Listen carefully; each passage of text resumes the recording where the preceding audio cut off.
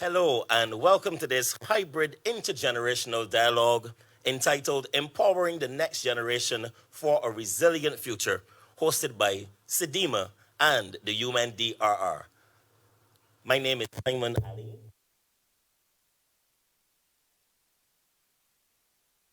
I am also an actor and comedian with Cocktails and Comedy. So, a special good morning and a special hello to all of you joining us online as well. We thank you for taking the time out to be a part of this very interesting and very thought provoking dialogue that we will be having today. So, thank you so much. At this point, I just want to entitled, Are You Ready to Make the World Safer for Everyone?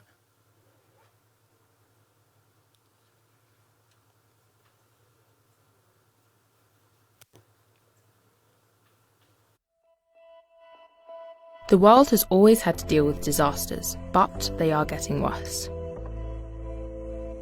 Climate change is making weather more extreme and unpredictable. And there are more people on the planet, many who live in places at risk. There are natural hazards like earthquakes, floods, and hurricanes. There are human-made hazards like pollution and industrial accidents. When a hazard causes widespread damage to people and their belongings, it becomes a disaster. Imagine a town built near a volcano. It has a high risk of experiencing eruptions. Some of the people in that town will be more vulnerable because they're very poor, old, young, pregnant, sick, deaf, or blind. This could make it harder for them to know what to do or escape from danger. Vulnerabilities increase your exposure to a hazard. When both risk and exposure are high, disaster can strike. In 2015, 187 countries created a plan to reduce disaster risks and vulnerable people's exposure to hazards. This plan is called the Sendai Framework for Disaster Risk Reduction. The Sendai Framework says we should do these 4 things. 1. Learn and prepare. Make sure everyone knows how to spot and prepare for dangers like floods or storms, so they don't turn into disasters and everyone can stay safe. 2. Plan and protect. Help those in charge to plan to prevent disasters and know how to handle them if they happen. 3. Invest in safety.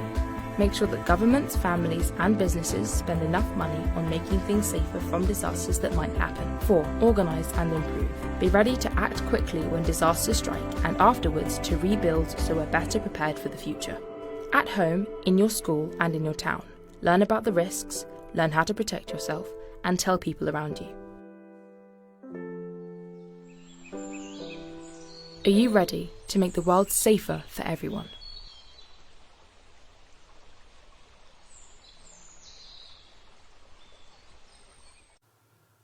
To make the world a safer place for everyone. Therefore, it means that disaster risk reduction is the responsibility not only of government, but also NGOs, youth organizations, and individuals. All of us have a role to play with regards to disaster risk reduction.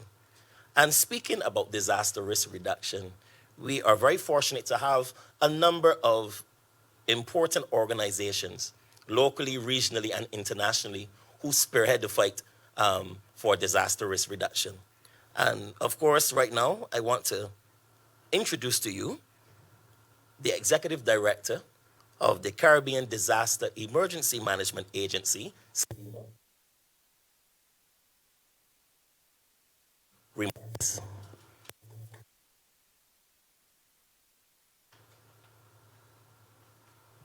Thank you very much, Simon, and good morning. And first, I want to give today's event, and also for those who are here at the University of the West Indies Cape campus. I, of course, want to represent our partner agencies in today's session.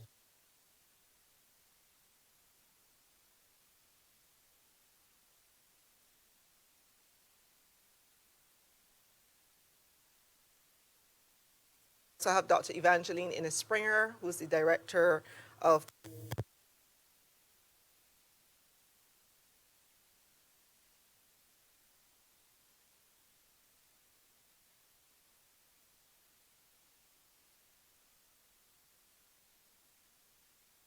is the director of the Department of Emergency Management here in Barbados.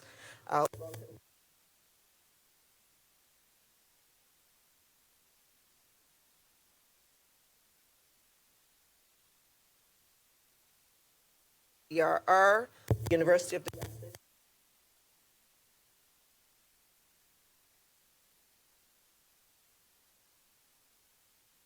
National Day for Disaster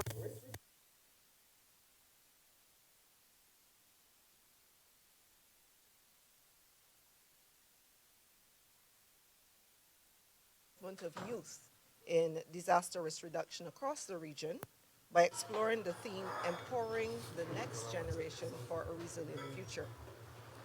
As we gather today, colleagues, I ask you to join us in praying for the safety of the millions of persons, including children and youth in Florida, who have already begun to feel the impact of Hurricane Milton. And we really hope that we can have the best possible outcome in a very serious situation. Unfortunately, we in the Caribbean know this reality all too well.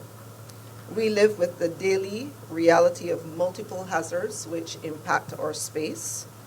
We also know and feel the impact of climate change,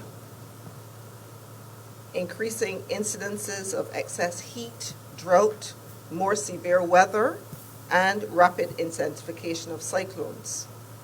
And we also know that it is a major threat to our development path and life as we know it. Hazards have a profound impact on our people, especially the most vulnerable, which includes children and our youth, and whose life paths and life chances are often radically altered. According to CARICOM, 60% of its citizens are classified as youth, that is, persons under the age of 30. In 2015, at the 9th Caribbean Conference on Comprehensive Disaster Management, the youth delegates developed a youth resolution which called for greater youth involvement in disaster risk reduction. As an organization, we listened, supporting the youth vision to generate greater youth involvement in disaster risk reduction issues and to identify youth-led strategies to empower vulnerable groups, including children and youth. The actions undertaken by our agency included launching the Caribbean Safe Schools Initiative, and we have been promoting school safety and the safety of our children in the school environment for several years, along with our partners, expanding our social media channels to extend our reach to the youth, supporting the development of team community emergency teams in our participating states, demonstrating our commitment to convening the Youth Caribbean Conference in Comprehensive Disaster Management, which is convened as a parallel event to SEDIMA's Caribbean Conference on Comprehensive Disaster Management, which is held every 2 years. And we also recently launched in 2023 SEDIMA's Young Professionals Program, which is really designed to build the next generation of comprehensive disaster management leaders. I fully recognize that as an organization, SEDIMA is uniquely poised to do even more. Our future as a region depends on the further involvement and empowerment of the younger generation, who are catalysts but also agents for change, bring fresh perspectives and innovative ideas to build resilience to hazard impacts. Youth engagement in disaster risk reduction for us is not just about being involved, it's about leadership for today and also for tomorrow. It's about harnessing energy, creativity, and innovation, and it's about exploring the power of technology, including artificial intelligence, to find viable solutions to build more resilient communities and ensure a safer future for all. It is also vital that we continue our efforts to integrate disaster risk reduction into the education and curricula at all levels. So going forward, SEDIMA recommits to meeting the youth where you are and to planning with the youth for the youth. Before I close, I extend an invitation to all of you to join us at the upcoming Caribbean Conference on Comprehensive Disaster Management, which is being convened in St. Kitts and Nevis December 2 to 6 this year, and specifically to the Youth Forum, which will take place on Nevis, and we're anticipating over 120 youth delegates to that Youth Forum, and we're happy to welcome more. I look forward to today's exchange.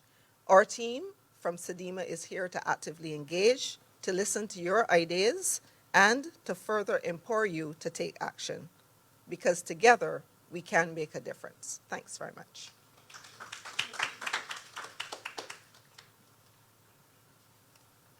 We want to thank you, Ms. Riley, for your opening remarks.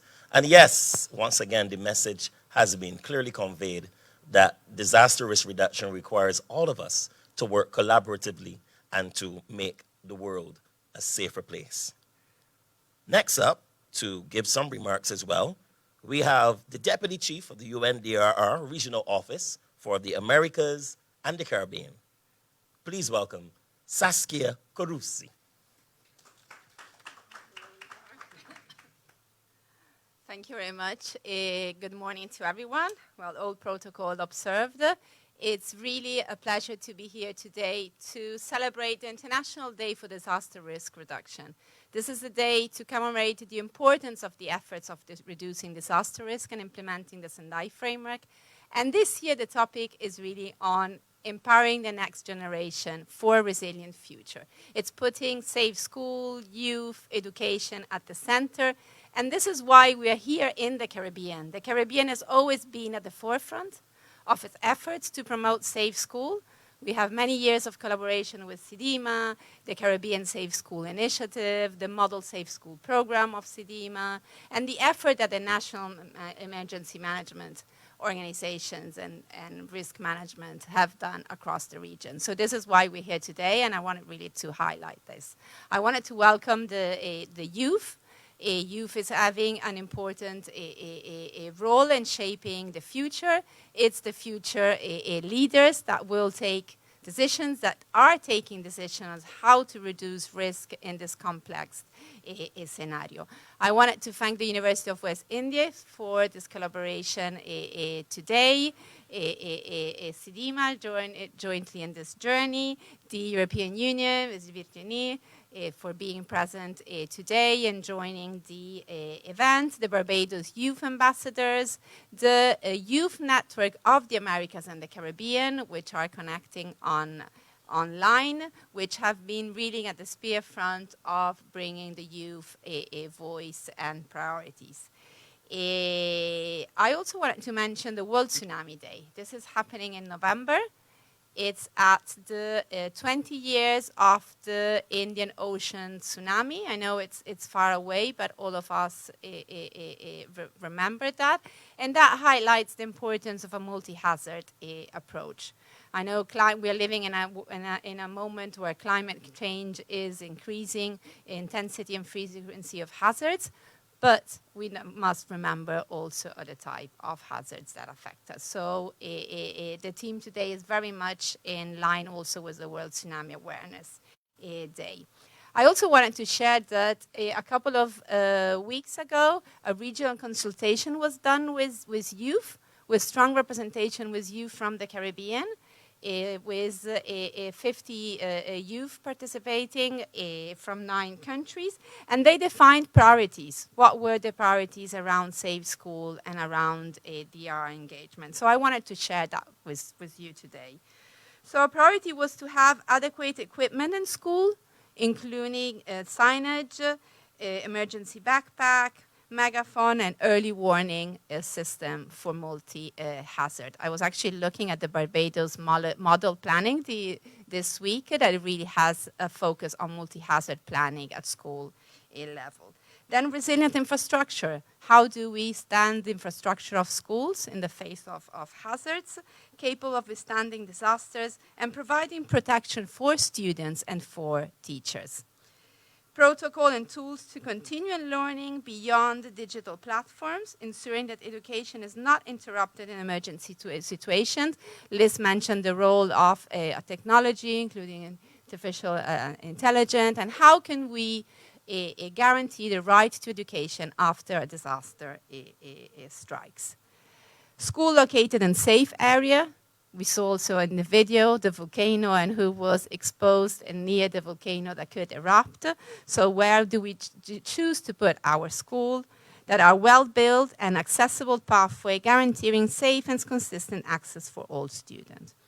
Encourage active participation of children and youth in how to act during preparedness and response in emergency situation, empowering them as agents of change in their community. Agent of change, taking decisions, raising the voice, and shaping a resilient future for all. And allocation of budget, financing of disaster risk reduction. This is also stronger international and regional agenda. So allocating budget and government support to ensure that school safety policy and plans are implemented effectively. So not only designing plans, but these plans to be actually implemented.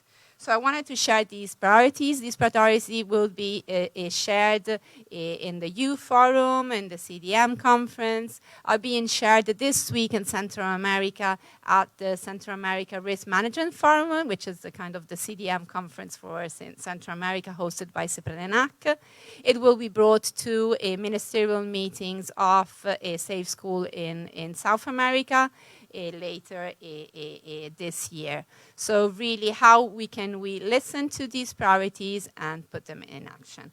So thank you very much, and looking forward to the youth dialogue today.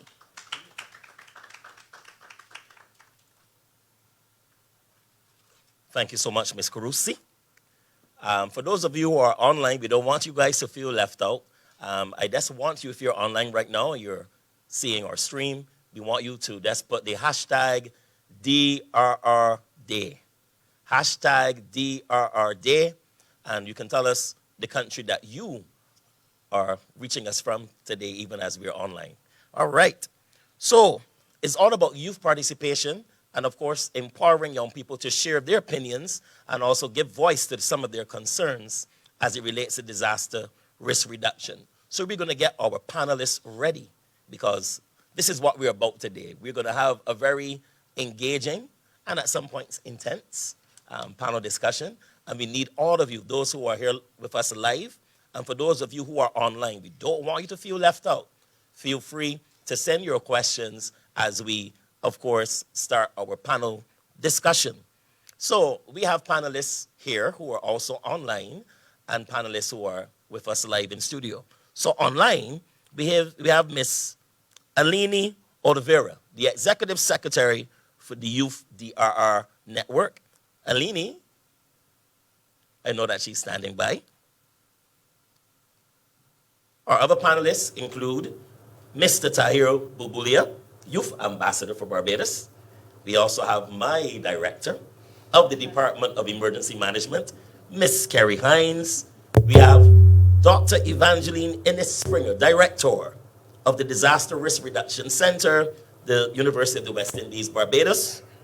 And we have Miss Maria Mistridou, our Junior Professional Delegation of the European Union to Barbados, the Eastern Caribbean States, OECS, and CARICOM and CARIFORUM. So we're going to invite our panelists at this point to join us. Let's give them a round of applause, please. They've taken time out of their busy schedules. And for those, and of course, Aline, who is online, we are so grateful to have everyone joining us. So I'm going to get down with the panel. I'm going to get down with the young people. Here we go.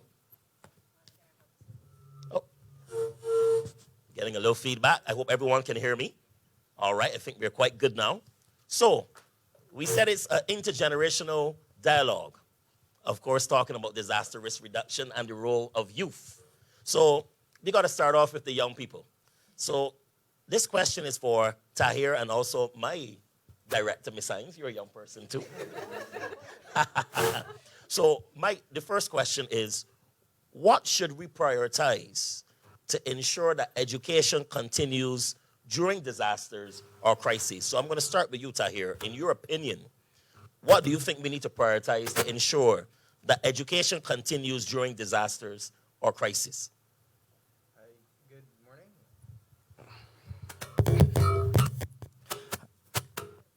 Hi, good morning, everyone. I can't hear you guys. Good morning. Good morning. I know, really, I can only hear Simon. That's okay. And Kerry. First of all, let me commend the organizers for having this event, a very important conversation. Yeah, getting some feedback. We're getting a little feedback, but we're going to get it sorted. Okay. Having this very important conversation at a very critical time. So I just want to commend the SEDIMA and UNDRR for having this important conversation and engaging the youth. And I was glad to hear the consultation you would have had and the outcomes from that. So I certainly look forward to see the actioning of it in short order. Going to your question directly, we live in a time where perhaps we're going through the most global challenges in perhaps a lot of generations, from the climate crisis to the political turmoil to economic challenges to technological challenges, cybersecurity. So we're living in a very, and then we even talk about public health. We're living in a very uncertain time. And during times like these, what are most critical components of any leader, of any organization should be, one, the welfare of people, and two, the education of people. And today we're dealing specifically with the education of people. If we are going to answer the question specifically, if we are thinking about educating people specifically during a crisis, then we are starting on the wrong foot. Because education must happen before. I've said this publicly in many forums that the climate crisis, unfortunately, is still seen as a very high-level conversation. So how can we as organizations and entities break down the climate crisis conversation to how it affects the average person on the street? How does it affect the farmer? Why is his crops not growing? How does it affect the young person who's suffering from mental health challenges? How does it affect the sports people? So how can we break down these conversations and educate our people? That is the most critical component there. As it relates specifically now to educating, the education before a challenge comes is where we need to start that conversation. What are we doing within our schools? And you said it perfectly, Simon. You said it perfectly in your opening. How can we empower young individuals, organizations, and then governments? Or in the other direction, governments, organizations, and then individuals, whichever order we want to put it in. How can we empower them to understand that we need to continuously educate our people so that they can be prepared? A lot of people think it has to go into financial preparation. No, it's not just financial preparation. Yes, financial preparedness is a component of it. But the reality is that we need to educate our people on what strategies should we put in place before a crisis happens, so that when the crisis does take place, we can mitigate against these. Or we could have a little buffer, or we could have a little armor in front of us that we don't be as impacted as we should be. Similarly, what's going on in Florida right now? On social media, we're seeing persons out there just enjoying the self-taking videos. I saw a video last night with a guy, the waves are hitting him, and he's enjoying it. Evacuation orders have gone in and they're still enjoying it. So where are we at in terms of education? Yes, you're going to have persons who can disregard the law, as we see sometimes in Barbados, but the reality is the more people we can capture in this point, that's where we need to go. And education from within our schools, education within our workplaces, and education within our organizations. And then when the crisis happens, if that education is done well, it makes the job so much more easier. That Kerry doesn't have to be going on when the hurricane comes and saying, please do not go outside. And the only person that could be outside is Sabu when he giving his media briefings, where the people on social media love Sabu being out there giving his media briefings. That is where we need to go. So when the crisis happens, we are not now playing catch-up. And we know how in the Caribbean, we love to play the catch-up game. We like to play... For my overseas audience, we like to be behind the 8 ball, and then when the crisis happens, we scampering to get the solutions in place. So that's my initial comments, but I know we will get a lot more deeper into the conversation. Thank you. Well, thank you so much. Thank you so much, Tahir. And to you, Ms. Hines, what should we prioritize to ensure that education continues during disasters or crises?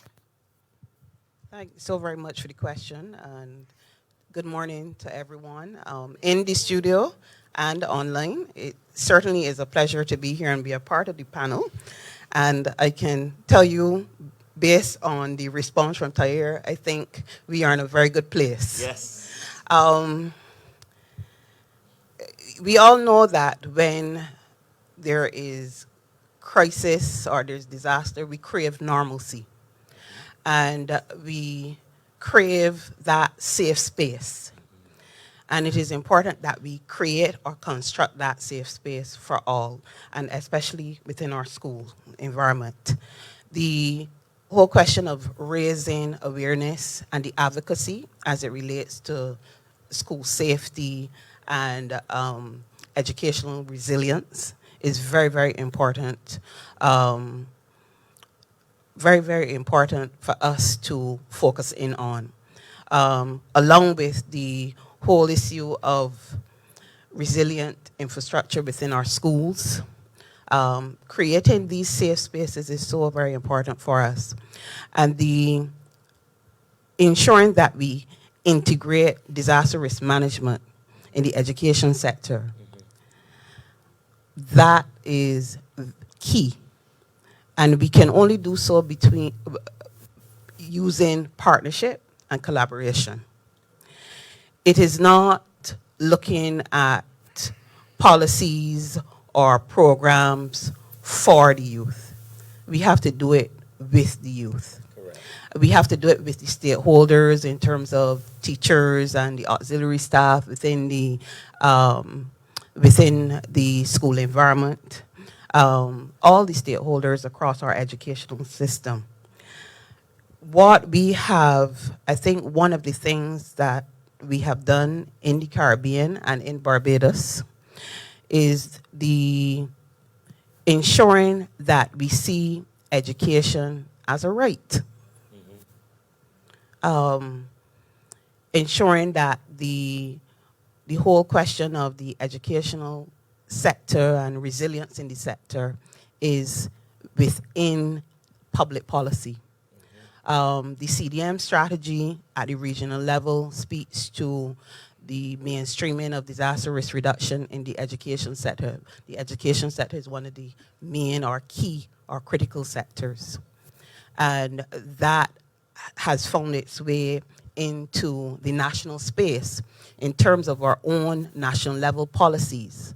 A number of the states within the SEDIMA and our regional response mechanism, the participating states do have that comprehensive disaster risk management policy, which speaks to mainstreaming of the disaster risk reduction in the sector, in the education sector. And along with that is the whole issue of the Caribbean Safe Schools Initiative and the national level safe school policies. And I think when we start to think about prioritization, we need to ensure that the governance mechanism is in place. And we need to have those conversations with all stakeholders and pull that together to ensure that we get the best bang for the buck. It is not just the perspective of the Department of Emergency Management or the Ministry of Education. It is the perspective of the students, the teachers, everyone in the community, the parents, the PTAs, and what's not. I think we really need to, once we acknowledge that this is an important matter that we have to deal with, that is paving the way for institutionalizing a number of the programs within our education sector and really paving the way for the voices of the youth to be heard and the voices of other stakeholders to be heard. Well, thank you so much, Ms. Hines, my director at the Department of Emergency Management, just in case you missed that. So yeah, I want to thank you so much for opening the baton. And don't forget, for those of you who are online, your questions would also be included and answered. This question now is for Maria and Alini. Yeah, I know Alini has been standing by. Alini, we're going to start with you. This question to you is, what do you think schools should do to help students, teachers, and the community learn more about staying safe and preparing for emergencies? Thank you very much. Can you hear me? Yes, we can. You can hear me? Perfect. Thank you very much. I'm very glad to be here. It's a great honor to stand before you. And I'm already excited for this year's International Day for Disaster Risk Reduction. So as we all know, this year our focus is not just on addressing the risk we face, but on empowering those who will shape our future and who are already shaping our present, the children and youth of today, through the power of education. So I want to devote my time to a personal experience.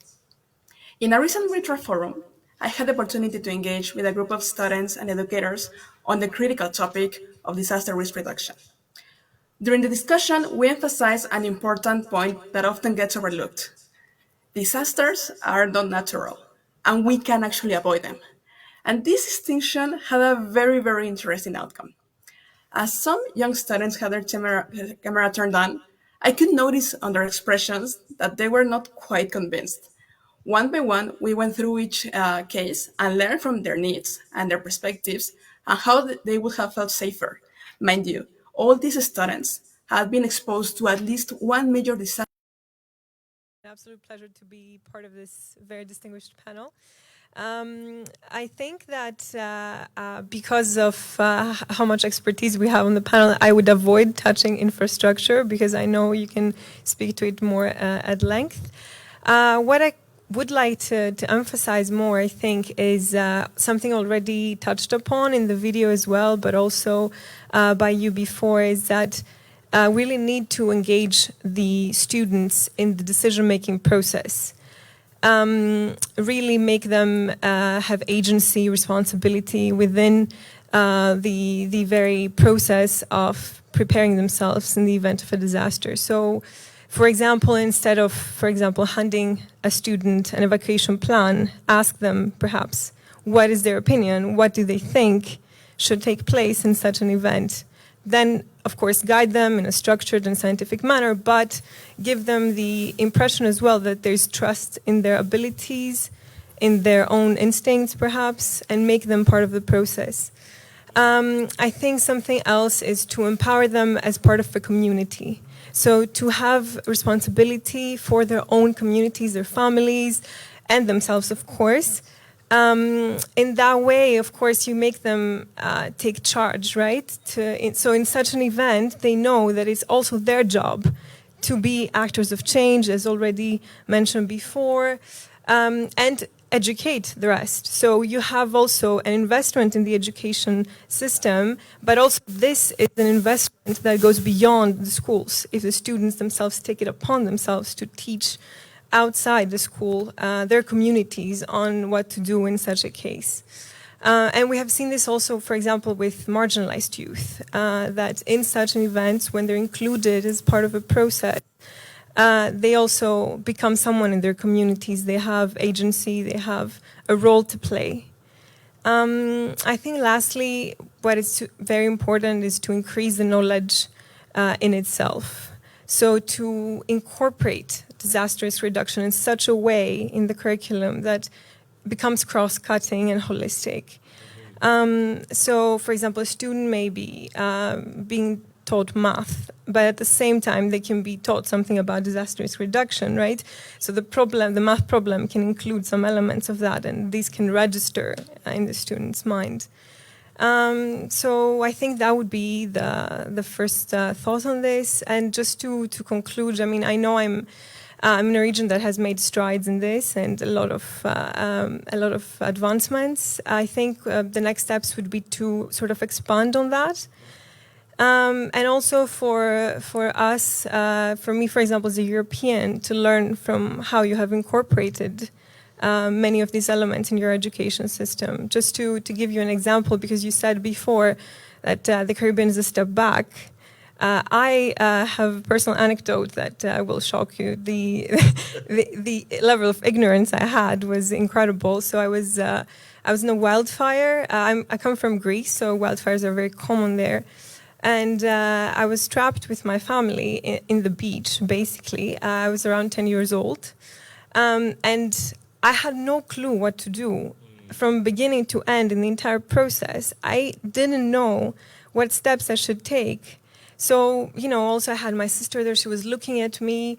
And that reminds me of the element of agency we're talking about and responsibility. So my younger sister was looking at me for guidance, and I didn't know how to guide a member of my family that was looking to me for a direction at that moment. So, and it's so often that this happens in Greece that you would expect I would have some sort of guidance, but I didn't. So I think that it's a very important lesson to learn from the region as well.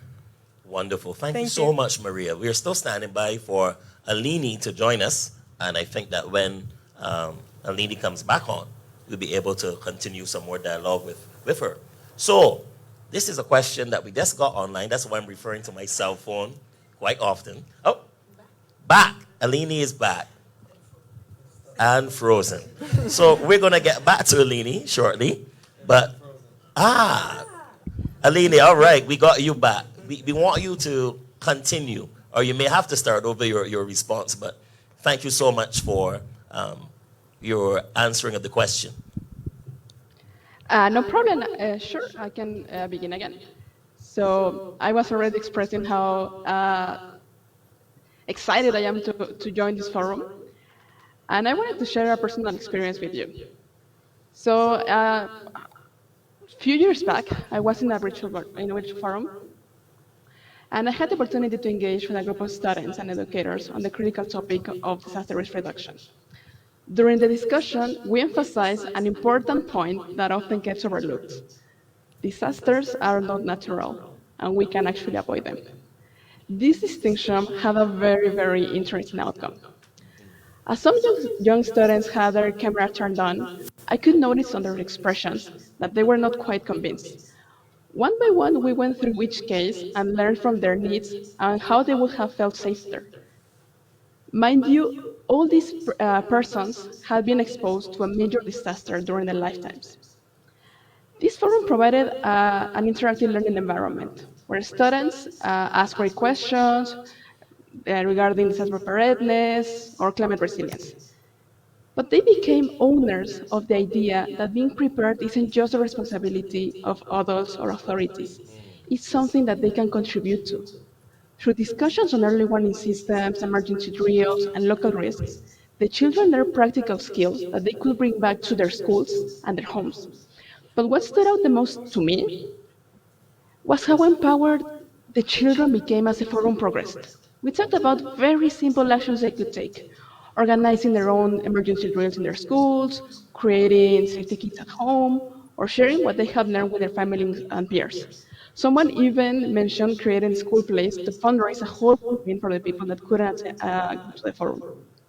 These young learners began to understand that they weren't just passive bystanders. They could actually shape the safety and resilience of their environments. And by the end of the session, many expressed a desire to take lessons forward, suggesting plans to start disaster preparedness in their schools. This experience reaffirmed my belief that education, especially when delivered in an engaging and context-relevant manner, can and will empower youth to become agents of change. And that taking the time to listen to children, not only as part of the affected population, but as real change makers, is where a true evolution begins. This forum highlights the power of education in transforming young minds and equipping them with the tools to act. These students didn't just learn about the science behind disasters. They discovered their potential to lead change within their communities. This shift from passive learning to active participation was a remarkable outcome, as the students left with the confidence to take what they have learned, to make a tangible difference in their schools and beyond.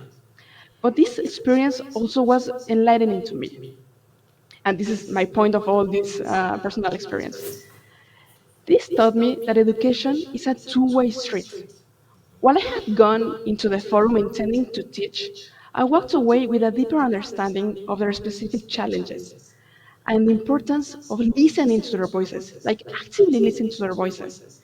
Their stories reinforce the idea that disaster risk reduction strategies need to be shaped by the people they are designing to protect. Disasters, hopefully, may no longer feel like inevitable tragedies to them, but rather challenges they are equipped to mitigate through collective action, awareness, and preparation. The virtual forum was just the beginning of what I sincerely hope will be a lasting movement towards creating more disaster risk communities, led by informed and, of course, motivated young people. And I just want to wrap up by saying that this is exactly what schools can be offering: two-way street. Let's listen to the people that they are in danger, that are in danger. We can create great things with them. We just listen to them.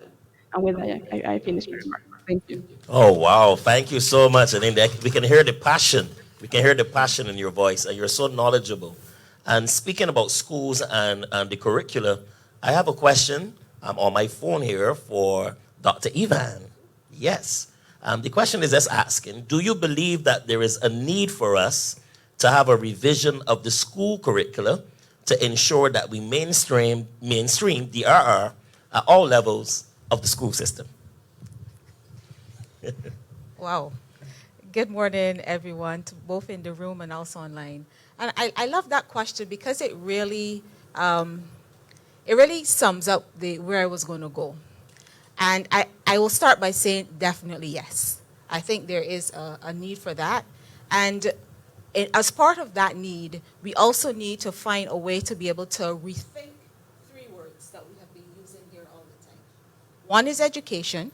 What does that mean for us? Infrastructure, the educational infrastructure, what does that mean? And then also a safe space. So when we think about education, we think about a school. That's only one part of education. And when we think about continuity of education, we want to get the school infrastructure back up so we can continue learning.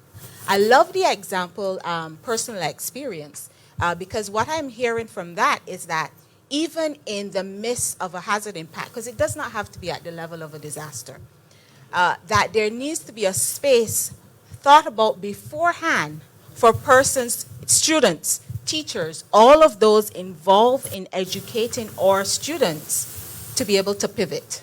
That pivoting may not necessarily require opening a book. It may require allowing them to be part of the recovery efforts. What does that look like? That is education, because education is also about life learning. And that needs to be counted into our programming and our curriculum. Yeah, because when we can walk away with persons who have the highest honors, the most CXCs, but they have a challenge with applying what they had. So that's the very first part, rethinking what we consider to be education. The second part of it is infrastructure. When we think about infrastructure, we think about the walls, the physical pieces. But when we break down infrastructure at its core, it is the systems that support it as well. And I don't remember who had talked about the governance architecture piece and that governance piece surrounding it. We have to find a way to allow the youth to be part of those systems and not just be able to say to them, okay, this is where you fit in. Allow them to bring things to the table. Because as adults, one of the things that, and I know, there are some persons who are over the 30 or over the 35 who may not buy into this, but I think when we look at youth and what they're doing, over 35, we are looking at with experience that we have gained along the way, that we would not have had when we were younger. So yes, we have the experience. We had a safer space, and that's where the other word I'm coming to be able to build that experience that we now expect the younger persons to know. So we have, in thinking about a safer space, we have to allow them a space to be able to make mistakes. And making a mistake in an environment where you have supporting pieces is not that, there's nothing wrong with that, because we had that. We did not have social media, so we were allowed to make mistakes and learn from those mistakes. And now we have a space to be able to use those in our programming. So rethinking education, rethinking what infrastructure means, but most of all, creating a space, a safe space, truly a safe space. And for us, as those over 35, it is going to be challenging for us, because we are going to want to put our hands in it and say, don't do it this way, do it this way, do it this way. But we are going to have to take a step back. We have to. That's the only way we are going to be able to allow the youth to really be agents of change.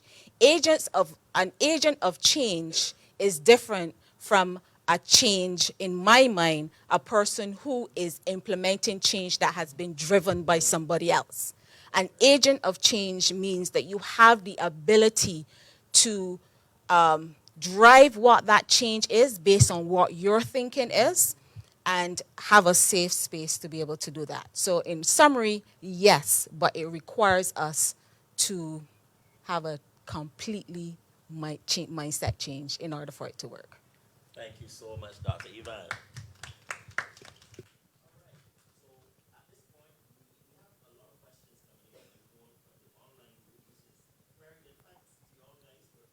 Your questions.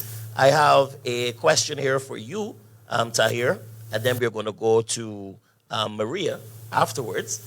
Tahir, the question is being asked, in your opinion, what role should young people play in the development of climate policies and disaster risk management strategies?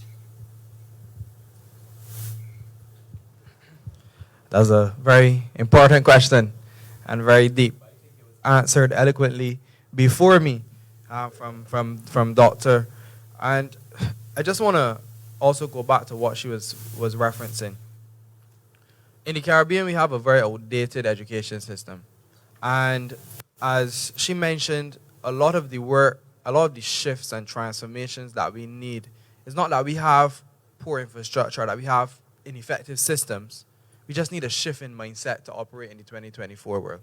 That's where we need to start, in my humble opinion. How do we transform these mindsets into an education system that can develop people, then to, as you say, develop the policy? That brings me where we are. How can we encourage within or rethink education? And I think you need to sit on the education reform, education transformation committee. I think you need to head it. I think you need to lead that charge. More work for Doc. More work for the doc. No, but I know it's a rewarding work, and I know you would put your hand on. But getting back on track, how do we develop young people to see national issues and international issues as important?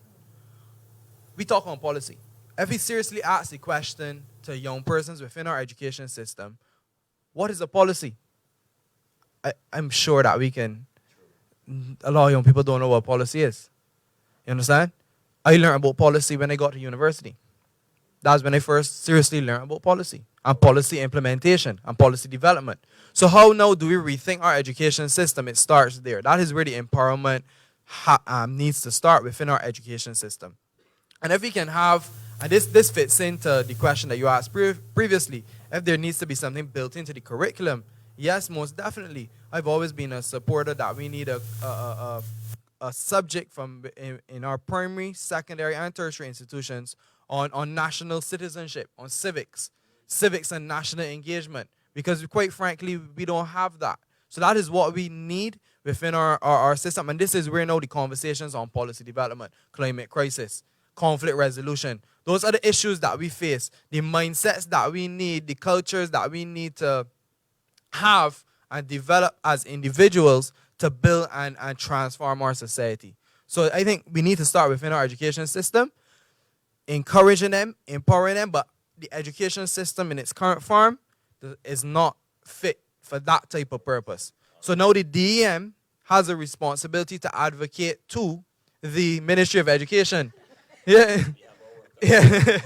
We're in this education transformation, which Doc next to me will play a part and will lead. You see, because she think about rethinking. And I put in my hand to it too, because I can't be sitting here to say, I can't be sitting here and say this one needs to be done, this one needs to be done, and not coming to the table. But this is where now the organizations and institutions, not just at the United Nations level, but our local organizations need to say, well, look, as a ministry, I think this is where you need to go. As an entity, and this is where we need to go and then as a country. And Tahir, we also have the regional experience of Sedima as well. The guiding hand and the guiding force Exactly. in that process. Because Simon, I'm serious. Also to what happens, right, is that we think what happens in Barbados based on issues that we face. are just localized or are happening to us. But that's not, when you travel and you engage with other people from the region or outside of the region, you learn that they face the same issues and perhaps they may have faced it 20 years ago. So now they come in from 20 years of experience. That's right. I know they can tell you, well, this is where you start, this is where you should go. But Thank then you, we Tyler. come in with the Yes. Barbadian culture, our Barbadian understanding of our public service, of our systems, and then implement it as such. But it's easy to say, but it's a mindset shift that has to take Correct. place. And mindset shift is transformation that takes decades upon decades. That's right. And speaking about decades and change and transformation, I want to go to Maria. The question that was asked here online for you is, what is your vision for a resilient future? How do you see a resilient future happening in Greece, for example? And how do you see young people leading this change? And then we're going to have another question for Alini coming up shortly. Thank you so much. So, particularly, I don't want to center the conversation too much around my country. It's just that my experience as a youth comes from that context. I think that the approach in education is so, some would say traditional, I would say conservative, to be honest, that it's more, to me as a youth growing up there and having to experience the system, felt condescending, I would say. My approach, my experience of climate change and disasters, ensuing disasters, was much more tangible than my parents' generation, let's say. However, that was not acknowledged at all when I was being taught these things. Having books from the 80s that haven't been updated since, and learning definitions but not the actual results on my life. And also to acknowledge that my experience is very real. It's very tangible from a very young age.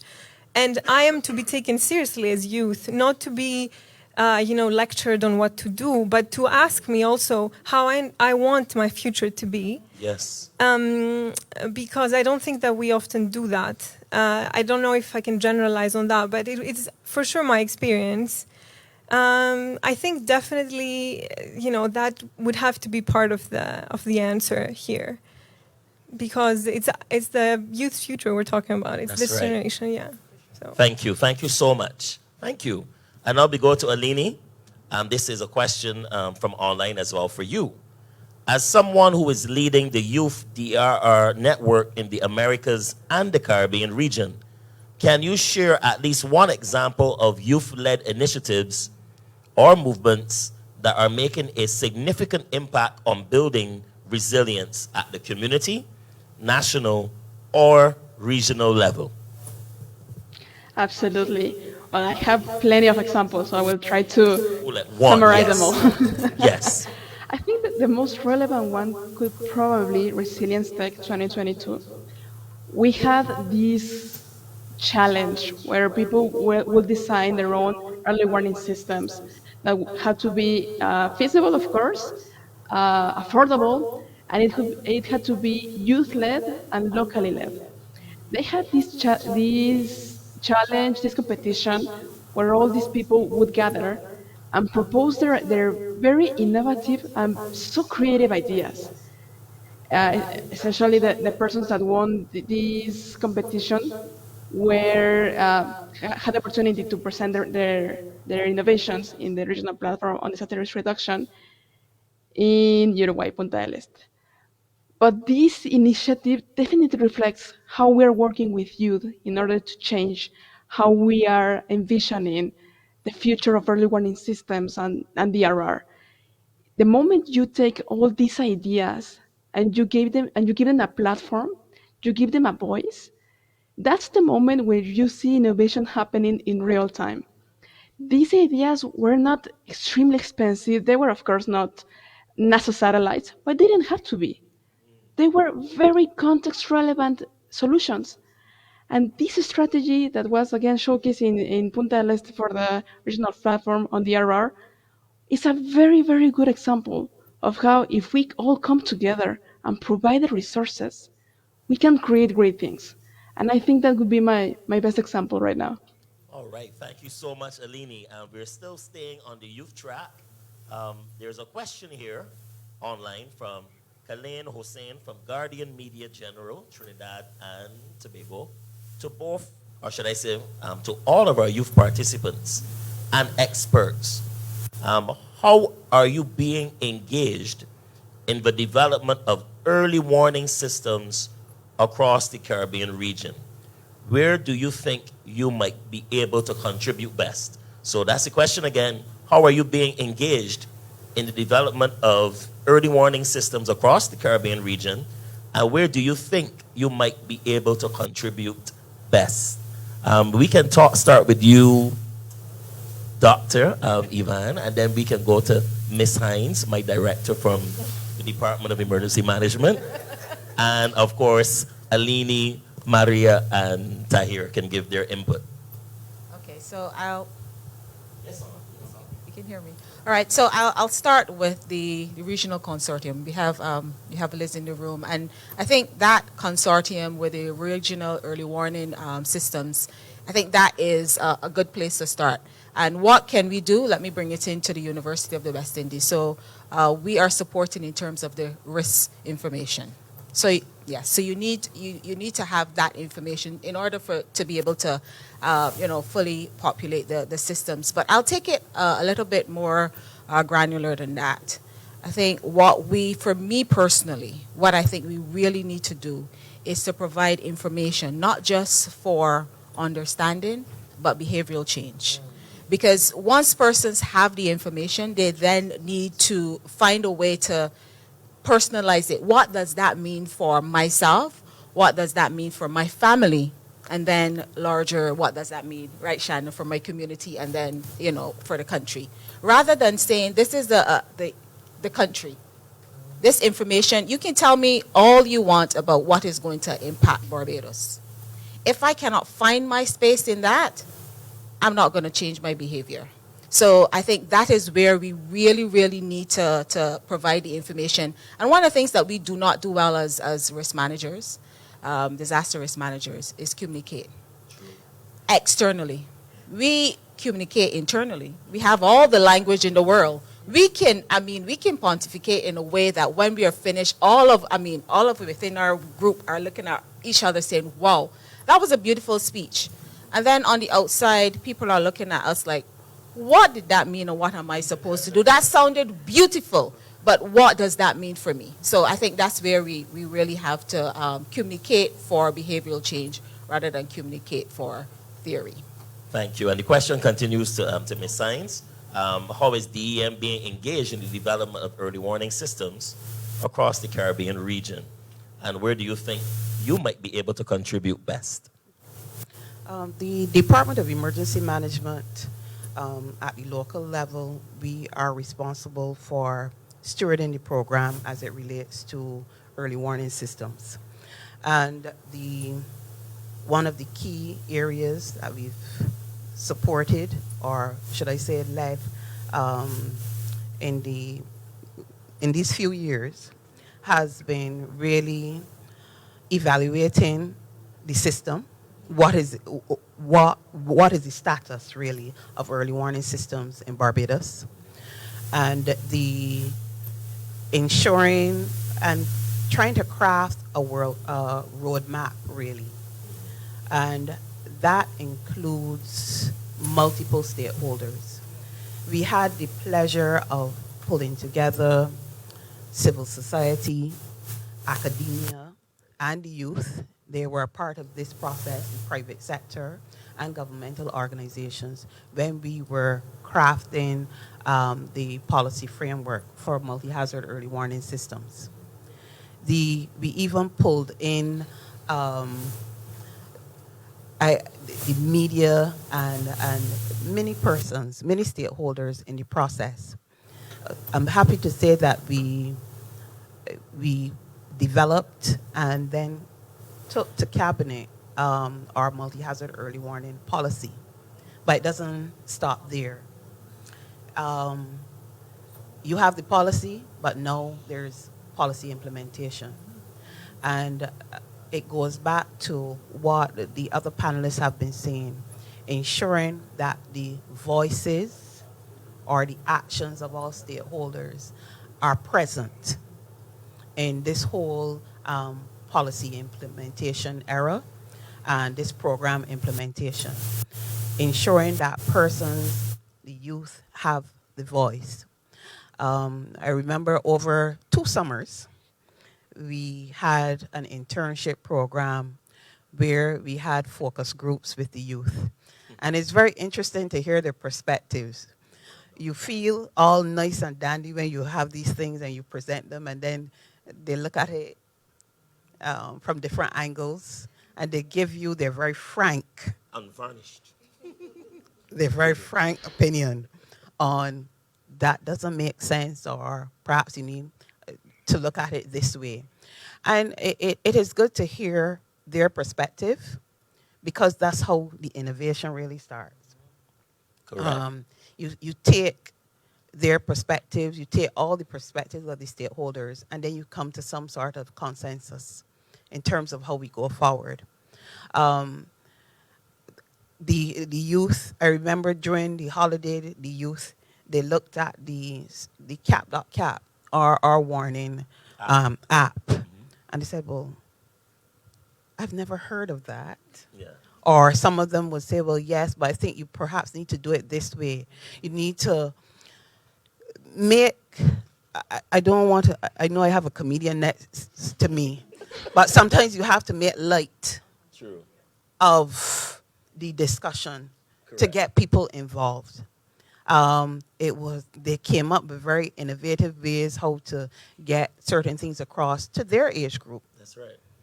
I always say when it comes to social media, I don't want anybody that is above a certain age dealing with my social media, especially certain platforms. And I remember the youth, when they were there, you saw the hits. You say, well, someone called and said, well, Carrie, something's happening up by DM. There's a difference. I said, well, I have a number of persons much younger than I am, dealing with the social media. And you saw the responses. True. Even trending, this, you were trending. Yeah, and even in terms of, we talk about engaging the youth, not just in a conversation, but action planning. That's right. We have on our books a youth summer event. Mm-hmm. They plan the entire thing, they implement the entire thing. We are there to give guidance, because don't matter how young or mature you are, you still need a level of guidance, and we are there just to show them the way. And I'm pleased to say that we had Dr. Yvonne, so you're on to something, Tahir. Yes. She was a part of the process. Correct. We have our partners at Sedima, they were a part of the process. Sure. And trying to ensure that we really hear the voices and we give them that platform to not only speak, but to action. Correct. Thank you. Thank you so much, Ms. Hines. So big over to you, Maria. So that's the question was asking, how do you find yourself, or how do you see your department being engaged in the development of early warning systems? So, well, I work for the European Union, so of course the EU in itself has a partnership with the region broadly and on this topic as well. We recently also have a memorandum of understanding signed on disasters preparedness. So there's a platform for cooperation on the EU level. If I can speak on the personal level, I think for the time that I'm part of this community, I'm very grateful to be in the Caribbean generally, and I find it very welcoming. But for the time that I'm here, I also have a role to play as part of the community, to the extent that I can, to sensitize, increase awareness amongst my group. Yes. Even with Beryl, for example, I remember that I had many friends that were telling me, it never hits Barbados, we shouldn't be so aware. And I was telling them, okay, it takes this one time. I was trying to push a bit. That's right. And say it doesn't hurt. So what if we're prepared? It doesn't do any harm, right? So I think that's the individual role in this case. Thank you. And we want to bounce that question to Alenia as well with regards to early warning systems, and how do you see your role contributing to the development of early warning systems and that in your area? I believe, as I mentioned during my remarks, that all these solutions have to be created with the participation of the people who are meant to be protected. In this sense, having an early warning system that nobody understands or that nobody gets an idea of what to do afterwards, I mean, it's a great tool, but who is it targeted for? How can we really make that True. inclusive? Do you see my point? Yes. So regarding this, we also have a survey in the youth network where we asked, do you know what an early warning system is? And we provided a very short definition. And many of them were like, I do know about this. I do understand this very simple language. And when we tried to get some insights on what they would have done better or how they could enhance the usage of early warning systems, we got great ideas like using social media, easier messages. Maybe people don't need to know about how much water is falling. They need to know where the next shelter is. They That's need to right. know when they have to evacuate. So in this sense, I do believe that in order to see an enhancement with stakeholders, particularly youth, we need to get back to the drawing table and get everyone on board and develop these initiatives, but with the people they are meant to protect. Not without them, not afterwards, not in guidance, not with all these fancy terms. With them from the beginning to the end. Thank This is you. my answer. Thank you so much, Alini. It has been remiss of me not to include our live studio audience in the questions. I've been getting so many questions online, and we had a couple of questions here. But for those who are here, is there any questions you would like to ask our panelists of young people and young at heart? Of course, any questions? We have a microphone that is set up at the back so that our friends online can also hear the question that you're asking. But I'll give you a little time to get your questions together, and if you want to ask that question, you can slip your hand in the ear or just go to the mic.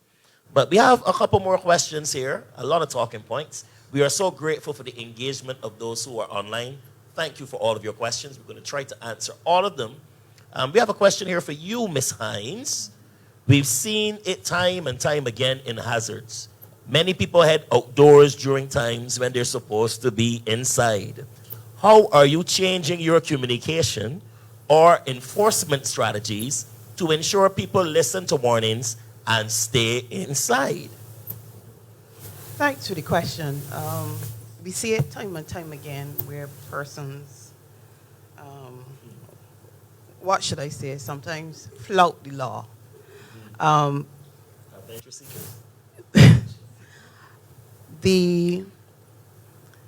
It's important that you ensure that you are safe at all times. Our job at the Department of Emergency Management and the various emergency responders is to ensure that level of public safety. And you will hear the consistent messaging.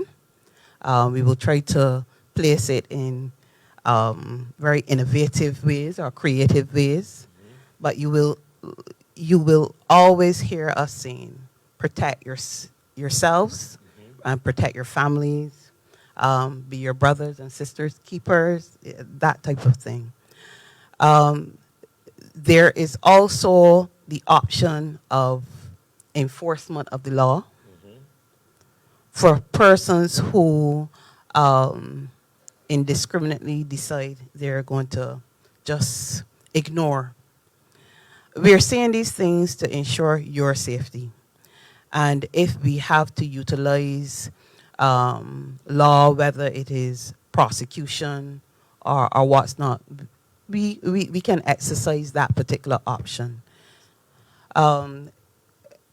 It is a consistent message that we will continue to do. Sometimes people will say you perhaps need to make an example of one or two, and maybe it will Progress to that. it will permeate, and then persons will decide, okay, this is what we need to do. We need to back off. We need to follow what the instructions that we're seeing. Let me just say that we will utilize the options available to us, but you will always hear that consistent message. Be safe, be prepared, be aware of the dangers that are out there. Thank you so much, Ms. Sainz. And this question is for our youth once again. I'm going to start with Tahir, then go to Maria and Alini. Another question here online before we get a questions from our live studio audience. The question is here, what role do you think innovation and technology play in empowering young people to address disaster risk and build resilience? I'll say it again. What role do you think innovation and technology play in empowering young people to address disaster risk and build resilience? We'll start with Tahir, then we go to Maria and Alini. Innovation and technology is the way it is right now in the world. Innovative projects, innovative systems, innovative people are who are successful currently in the world in its current form. And then on the other side of the coin, technology. Technology is where we are going, or perhaps where we are at. Not even going anymore. This is where we are at. So how do we implement innovative strategies at every single level? And going back a little bit, the DEM has implemented, based on the previous question, DEM has a system that is very effective. And then Kerry spoke on every aspect of it. I'm familiar with some of these things there, but my answer was saying DEM has a system that should be modeled globally. But innovation, you have to implement innovative projects and innovative practices in every aspect of what you do. All right. The challenge comes, however, though, is access to resources to fund these innovative and technological advanced projects. That is where the challenge lies. So, but I throw it back to the innovator, that you have to take that consideration into perspective when you're building your product, your service, or your system, your innovative system. Thank you so much, Tahir. Thank you. And over to you, Maria. What are your views on technology and innovation being used to make disaster risk management more youth-friendly and also more impactful? I have to salute everything that was said before, and I really agree 100% on what you touched upon on innovation. If I can add an element on technology, often I think the way that we approach youth is a few steps behind, if I may put it a bit politely. Even the communication aspect of approaching youth. People today are born with cell phones. I have a generational gap with my cousins who are 10 years older than me. Younger, sorry. So it's incredible how fast it's going, and how difficult it is to then approach in very simple terms this generation. I think education also needs to incorporate more technology in the methods that we use, and then for the way that we approach youth to become more, contemporary, I guess, which changes month to month, I feel now. So it's difficult, but I think that would be the way. Yeah. Thank you so much for your suggestion, for sure. Hi. I have a 6-month-old son, right? Wow. And congratulations. We've spent lots of money on toys, right? And got lots of gifts of toys, right? But you know what he's grabbed for? And he takes the phone and goes like this. And he's 6 months. And persons older say their children going like this all the time now. So that's where we are in the next generation. You are so correct. Technology. And to you, Alini, what are your thoughts? Thank you very much. I was thinking about this situation with technology and innovation, and I want to take another route for this answer. I think if we manage to get scientific developments and technology to better understand vulnerabilities, I think it could be a really great opportunity to really enhance our understanding of risk. In this sense, if we explore the concept of intersectionality, we can start looking at vulnerabilities from the other side. How can we use technology and innovations in order to create systems and mechanisms that will make things easier for people who are in these vulnerable groups? We are living in an extremely fast-paced environment. What happens right now in Japan, I get to know it 10 seconds later. if I logged in Twitter, for example. But what happens with people who are not in the same conditions than me? For instance, if we look for young people who might have disabilities, or indigenous people who don't speak English or Spanish. I always say that speaking Spanish in the biggest Spanish speaking country as Mexico is a privilege. So if we look at those groups and we create intersection with youth, and we think about technology, innovations, and science, I think if we could create, again, these systems, these mechanisms to address all these vulnerabilities and provide solutions, I think that's the way to go, particularly with this topic. Thank you so much. Thank you. And yes, Doc, go ahead, Doc Ivan. All right, so I just wanted to come in here because you're talking about innovation, youth. I'm seeing Shannon. I don't want to delay your question, but I think this innovation and youth also needs to extend to innovation and those who are not youth. Because I was looking here at my phone to get the definition of innovation. Mm-hmm. Innovation generally refers to the process of creating new ideas. Ideas comes first. Products or processes that provide value and improve upon existing solutions. There's a whole lot more, but that's where I'm thinking. When we think about innovation, and youth, we also have to think about innovation and the older and the non-youth. Let's call them the non-youth, because it first starts with changing, or what we can't keep doing the same thing. What do they say? If you do the same thing all the time and expect, it's madness. So I want to say we are mad, because we are doing the same thing and we want to know why things are not changing. So we also have to look at innovation from that level as well. Thank you so much, Doc. And of course, I promised that we would have had a question from our live studio audience, which is also important. And we have Shannon. She represents CYEN, and she works with pros as well. I'm wearing a number of hats. Well, many hats. I'm also a UWI student. So good morning. Yes, it's still morning. My name is Shannon. This is more of a comment, more so than a question. Ivan, when the question was asked, my train of thought went to what Dr. Ivan was speaking about, but she was not speaking about the question.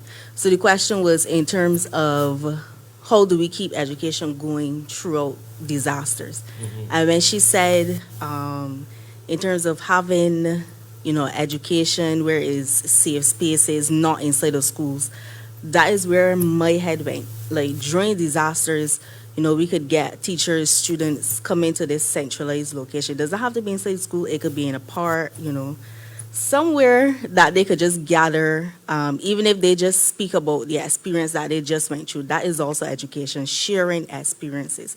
So education could also be informal and non-formal, and not just in our traditional setting that we're accustomed to. So I just wanted to say that.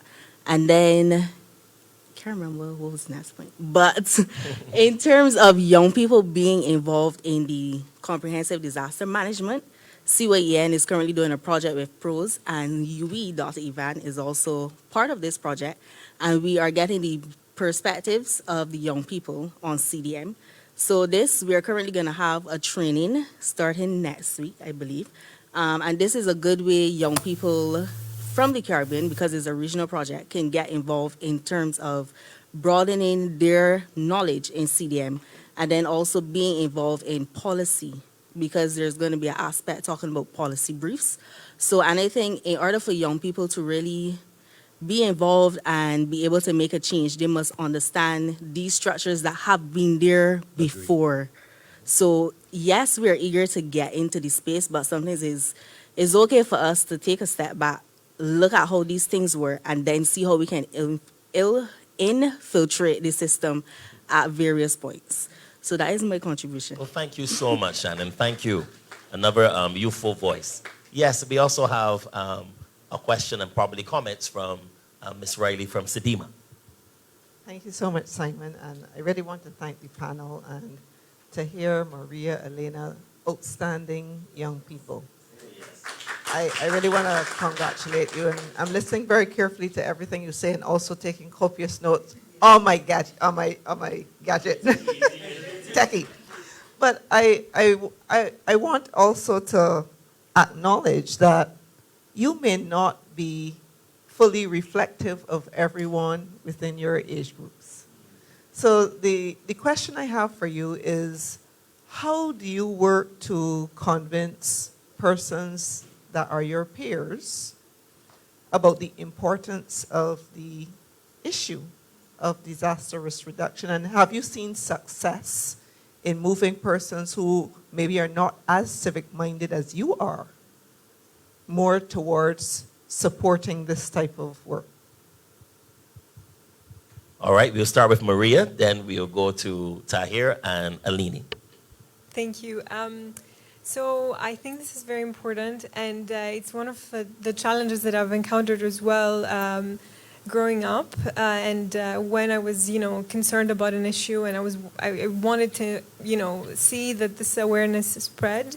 I think what has worked best for me is to, especially when peers are not convinced on a topic, visualize it for them somehow, throw the data out there, but not in numbers, let's say. So if I have to encounter someone that doesn't believe that we have to invest so much in, preparedness for a disaster, I just show them a video of a hurricane, that kind of thing. It's so, scary to look at that I think when you're faced with the facts in such a way, it's more efficient. But it is indeed a problem because what you're referring to is, an audience that has reached an age where they have not had all the education we've been talking about before in a way that was efficient. So it is more challenging than doing the work from the start and engaging the process it. So. Thank you so much, Maria. Over to you, Tahir. Yeah. Really, really appreciate that question. That is a very important piece to the puzzle. Because as I said in my opening, the climate crisis and all these conversations are still seen as very high level. As it relates specifically to how do we bring those groups along that are often left behind. There are three types of persons. Somebody that can get it straight away, somebody that will get it eventually, and somebody that will never get it. I think a lot of the times we focus on the first two types of persons, the people that will get that, people that understand it straight away, and the people that will get it eventually. And we often leave the persons and say, them ain't gonna get it, them gonna be there. But I think we have to build programs and projects for focusing on two and three persons. Well, how do we do that? The message remains the same. The what is clear. We know what the what is. How do we communicate? What are we doing? Where do we need to go? But you see the how and the who. How do we preach that message? How do we get that message across? And who do we put in place to get that message across? Is where the critical component is at. As I said, and when I said it, it was not because you got two comedians on the left and the right. I was not saying it for joke because the DEM has a model that I think should be replicated globally. They create. Thank you. We are trying our best. We're so grateful, Ms. Hines. On your behalf, I say thank you. You employ him as your communications officer. Your personal one. No, but seriously, all jokes aside, how we deliver that message and who we engage to deliver that message is critical. So when I think of when I said in my opening that we have to help the average person on the street to understand the climate crisis, that is where we need to go because it's still very high level. Okay, Prime Minister going to COP. Barbados going to COP. What are the discussions? Bridgetown 3.0 is on stream now. These are other conversations that are happening. True. But how do we break it down to the farmer? Why in 6 months of the year my crops are not going the same way as between August and December? Why as a sporting club my cricket pitches and the fields are having more cracks? These are very realistic things that are happening on the ground and affecting and impacting people's lives. And then going to the who, they've engaged Simon, a creative person, to get the message across.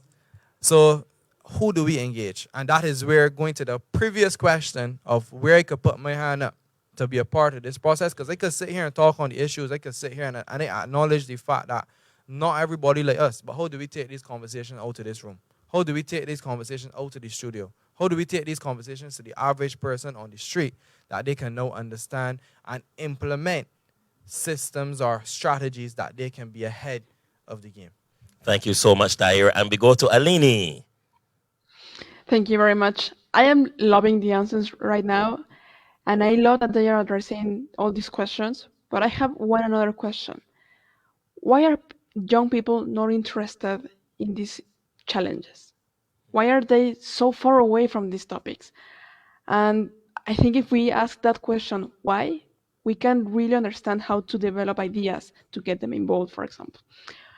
One thing that I see happening time and time and again is people are not really interested in these topics because they feel excluded. They see these topics as very high level topics, those who are only talked about by ministers, by the government, by all these people that they feel so far away from. There is no sense of belonging. The moment you change the narrative and try to explain all these topics, these challenges, these issues in a way that not only they can understand, but they can relate to, you automatically shift the perspective from you have to care because it's important to it's important that you care because these topics really concern these generations. So I believe that this shift in paradigms and this shift of discourses is what is needed to really bring younger generations in particular, or generations of people who live in countries that are not that exposed. If you make them feel like they belong in this community of people talking about this green stuff, then you really can get them to get interested and join. Thank you so much, Alini. So at this point, speaking about engagement, I want to remind everyone who is watching and is present here in the studio that the Department of Emergency Management, tomorrow, Thursday, the 10th of October, we will be having a youth forum entitled Engaging Youth in Disaster Risk Reduction at the Lloyd Erskine Sandyford Center, starting at 9:30 a.m. So for those of you in this room, UB students, students of secondary schools, teachers, and lecturers, we invite you down for roughly about 2 hours to participate and also hear about the youth perspectives on disaster risk reduction. And we are so grateful to have there with us. We'll be having, of course, Ms. Kurusi. She'll be there. And, of course, Sedima. We need to have our regional organization who will be partnering with us, working with us to ensure that the message of disaster risk reduction gets out to the public. So we want to give each panelist just around a minute to give their final thoughts, their final words as we begin to bring this very important session to a close. So I'll start on my left. I'm going to start with Ms. Hines. You can give your final comments and thoughts briefly, and we will give each panelist that opportunity. Thanks so very much, Simon. I think ensuring that we have continued the conversations such as these and translating the conversations into action, positive action, that is very important. The need for inclusivity and the need for active listening. The partnerships and collaboration will prosper when there's active listening. There's respect for persons and their perspectives, and really also the need for the mobilization of resources. And I don't just mean financial resources, all types of resources. All of us have something to bring to the table, and it is important that we continue to engage so that we can be a resilient nation, a resilient globe, really. Thank you so much, Ms. Hines. Tahir? I just want to thank the organizers of the event for inviting me to speak on this topic, and I want to commend them once again for having this important conversation and engaging the youth. And as Carrie said, the step that we must now take is the actioning of it. We could sit down and talk the whole day. We could talk from now till the cows come home.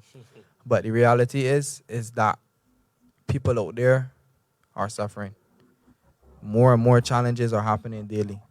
And we really need to implement systems and strategies that are inclusive and capture as much people in this net as possible. As I said about the 3 types of people that I believe are in this world, we got to bridge that gap between the 2 and the 3. And in my final closing, going back to the question you asked, look at the Barbados Police Service Instagram page. Remember I spoke about how and who? That is police It's very police different. service announcements were never so creative And innovative. and innovative.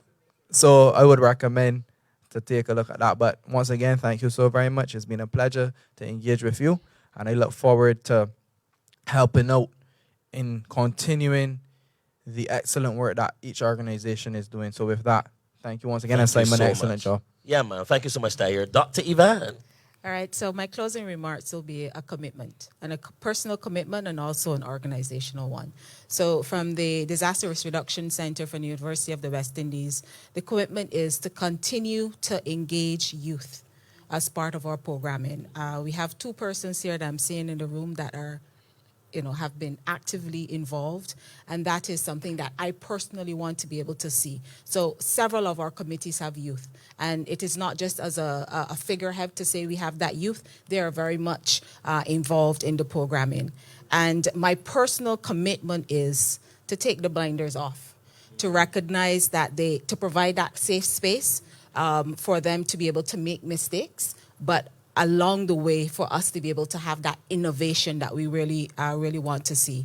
And my final piece is, and it pretty much picks up on that with this whole thing about the Barbados Police Service. What I have not seen is an influencer that really delves into disaster risk management. I see influencers for every single thing under the globe, putting on makeup and taking it off. That's important to some people because I don't know how to do it, so I can look at those. But why can't we? I'm just asking. I'm not, I'm the non-youth. Why can't we have a youth influencer, social media? That's what I'm talking about. That really is invested in disaster risk management and shows what that means. If there's anyone, whether they're in the room or they are online, and you're interested and you want a safe space to be able to do that, I'm available to be able to support it, because I think that Very good. Give her a round of that applause. piece- Go, Doc. That's that why you need to piece lead. Is I don't know about leading, but that piece is where we know there's going to have some challenges. You're going to have some pieces coming along, but somebody needs to be bold enough to do it. And if there's any youth that's interested in doing it, I'm available to support. Thank you so much. And Maria. Thank you. So I would like to thank the organizers and every one of you. It's been so great to be part of the panel. And I also want to say that I really feel that your interest in listening to the youth is so authentic that I think it's super impressive, and I must congratulate you on that. I think it's very important. I would like to just reiterate something that we said throughout the conversation, the element of responsibility to the youth. And I mean that in a way that we instill the responsibility to the youth, but also that, we as youth, we do not shy away from it. We want to be part of our communities. We want agency. We want to be part of the solutions.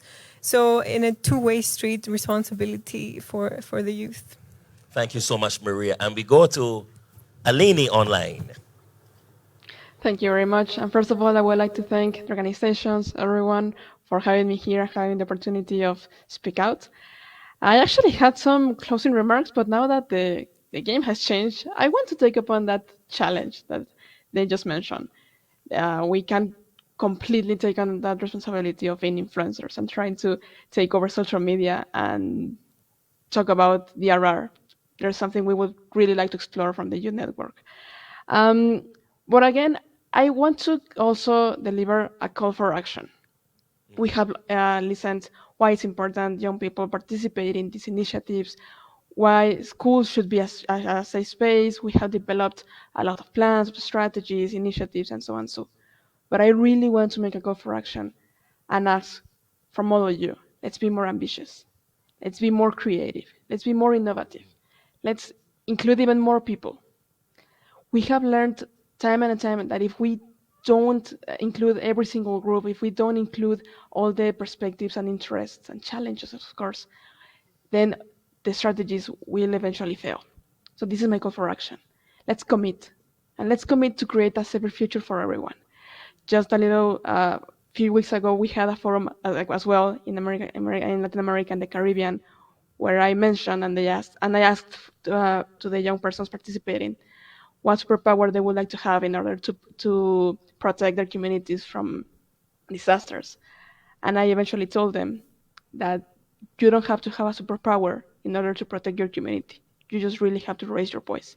And I invite we all to listen to the voices of everyone. Thank you very much. Oh, wow. Thank you so much, Alini. We are so grateful to the University of West Indies Cave-Hill campus and UWITV for making this possible, that we could be streamed right onto your phones or on your laptops or tablets across the region, whether you're at work or whether you're in your home. We thank you for logging on. We want to thank all of you online who would have given us a number of questions that really kept our panel going and kept the discussion going. We thank you. Unfortunately, I wasn't able to cover all of your questions, but definitely we have a record of them and we might be able to send some answers to you. So on behalf of the Caribbean Disaster Emergency Management Agency and, of course, United Nations Office for Disaster Risk Reduction, we thank you for joining us for this hybrid intergenerational dialogue on empowering the future generations to making this world safer. I also want to put a plug in one more time for the Department of Emergency Management. Yes, we have our youth forum tomorrow, but additionally, we also have a youth sunset hike on Saturday. Saturday, the hike starts at 4 p.m., starting at Cove Bay and going all the way down to River Bay in St. Lucie. For those of you who may not be familiar where that is, you can, first of all, get to the Coastal Zone Management Unit building. Their office is located in Warren's Tower 2, and buses are leaving there at 3 p.m. So if you don't know how to drive down to St. Lucie, that's okay.